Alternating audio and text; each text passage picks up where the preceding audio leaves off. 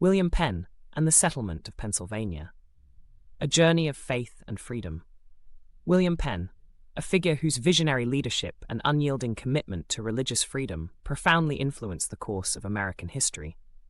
Born into privilege, yet driven by ideals of equality and justice, Penn established Pennsylvania as a haven for the oppressed, laying foundations that would echo through centuries. In an era where deviation from the Church of England invited persecution, the seeds of dissent bore movements that challenged the status quo. Among these were the Quakers, who, guided by the inner light, stood steadfast against societal norms. The religious climate of 17th century England. The 17th century in England was fraught with religious tension. The Act of Uniformity of 1662 enforced strict conformity to Anglican practices, marginalizing groups like the Puritans and Separatists. Nonconformists faced penalties ranging from fines to imprisonment, fueling a climate of fear and oppression.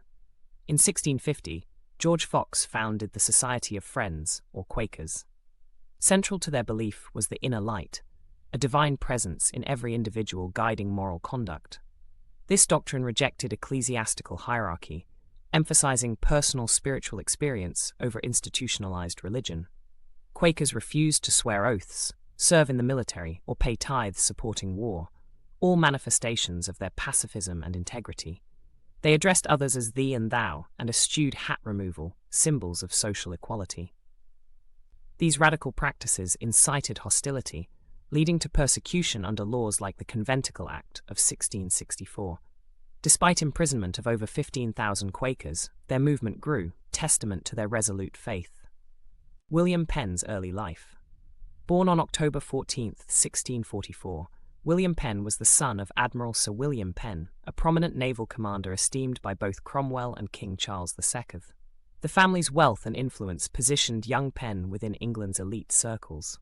At 16, Penn enrolled at Christ Church, Oxford, excelling in classical languages and modern tongues: French, German, Italian, Dutch. His athletic prowess paralleled his academic achievements, yet he grappled with spiritual questions amid Oxford's rigid Anglican environment. Penn attended a sermon by Quaker Thomas Lowe, igniting a spiritual awakening. Rejecting mandatory Anglican services and university regalia as symbols of conformity, he faced expulsion in 1662. This act strained relations with his father, who viewed his nonconformity as a familial disgrace. Attempts to deter Penn from Quakerism. Determined to redirect his son, Admiral Penn sent William to France, hoping exposure to continental sophistication would extinguish his Quaker leanings. Between 1662 and 1664, Penn embraced Parisian culture, studied at Smore under theologian Moïse Amarot, and toured Italy. These experiences broadened his perspective, but did not quell his spiritual quest. Returned to England and renewed conviction. Returning during the Great Plague of 1665, which decimated London's population by 15%, Penn reflected deeply on mortality and purpose. Managing family estates in Ireland, Penn served during the Cork Rebellion, briefly considering a military career, evidenced by a portrait in armour. However, re-encounter with Thomas Lowe in 1667 rekindled his Quaker commitment. Arrested at a Quaker meeting, Penn's imprisonment solidified his resolve. His return to England marked open alignment with Quakerism, despite his father's ultimatum and societal repercussions. Conflict with family and society. Admiral Penn demanded conformity, particularly in social courtesies like hat removal before superiors. William's refusal, rooted in Quaker equality, deepened the familial rift. Defying convention, Penn wore his hat before King Charles II. Amused, the king jested, "Why do you not remove your hat?"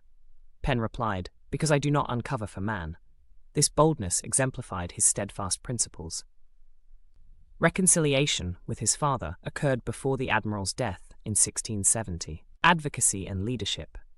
Inheriting his father's wealth and a £16,000 royal debt, over £2 million today, Penn advanced Quaker causes, leveraging his position for greater influence.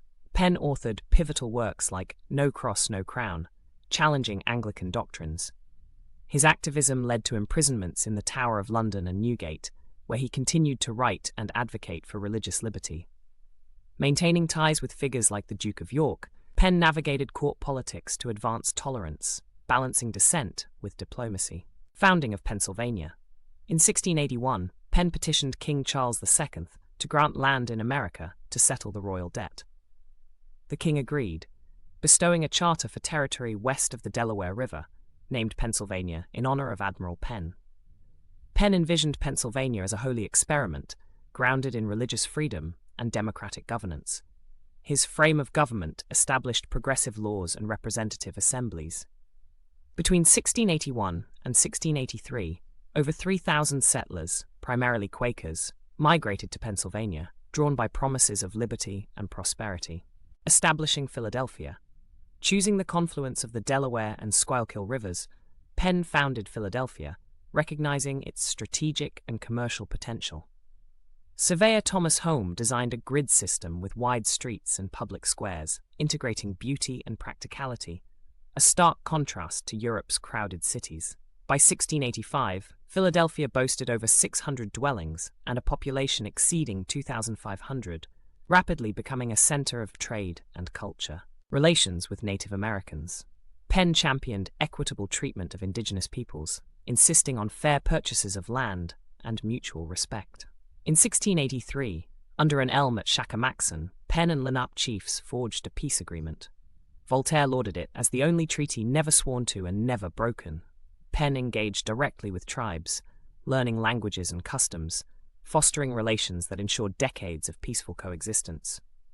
Challenges and return to England. The 1688 Glorious Revolution endangered Penn due to his ties with ousted King James II. Accused of treason, he faced arrests but was ultimately cleared. Personal loss, including his first wife's death, and the demands of governance weighed heavily. In 1699, he returned to Pennsylvania to address colonial affairs. During his 2-year stay, Penn implemented reforms, issued the Charter of Privileges in 1701, and strengthened the colony's foundations before returning to England. Life in Pennsylvania. Penn established Pennsbury Manor, reflecting his vision of harmony between nature and settlement. It served as both a personal retreat and a symbol of the colony's potential. His inclusive hospitality brought together diverse groups, promoting unity and shared purpose within the colony. Penn advanced education, supported non-sectarian schools, and encouraged fair trade practices, leaving an indelible mark on the colony's development. Final years and legacy. Mismanagement and betrayal led to mounting debts. A stroke in 1712 incapacitated Penn, leaving affairs in disarray. William Penn died on July 30, 1718, at 73. His wife Hannah managed the colony until her death, but family control waned amid increasing tensions.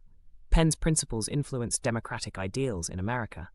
His advocacy for religious freedom, fair governance, and equitable treatment of all peoples set a precedent that resonates in modern society. William Penn's legacy is a testament to the power of conviction and the pursuit of a just society. His holy experiment in Pennsylvania demonstrated that principles of equality and freedom could thrive, leaving an enduring imprint on the formation of the United States. In remembering Penn, we are reminded that steadfast dedication to ethical ideals can shape nations and inspire generations. His life encourages us to uphold values of integrity, compassion, and respect in our own endeavors.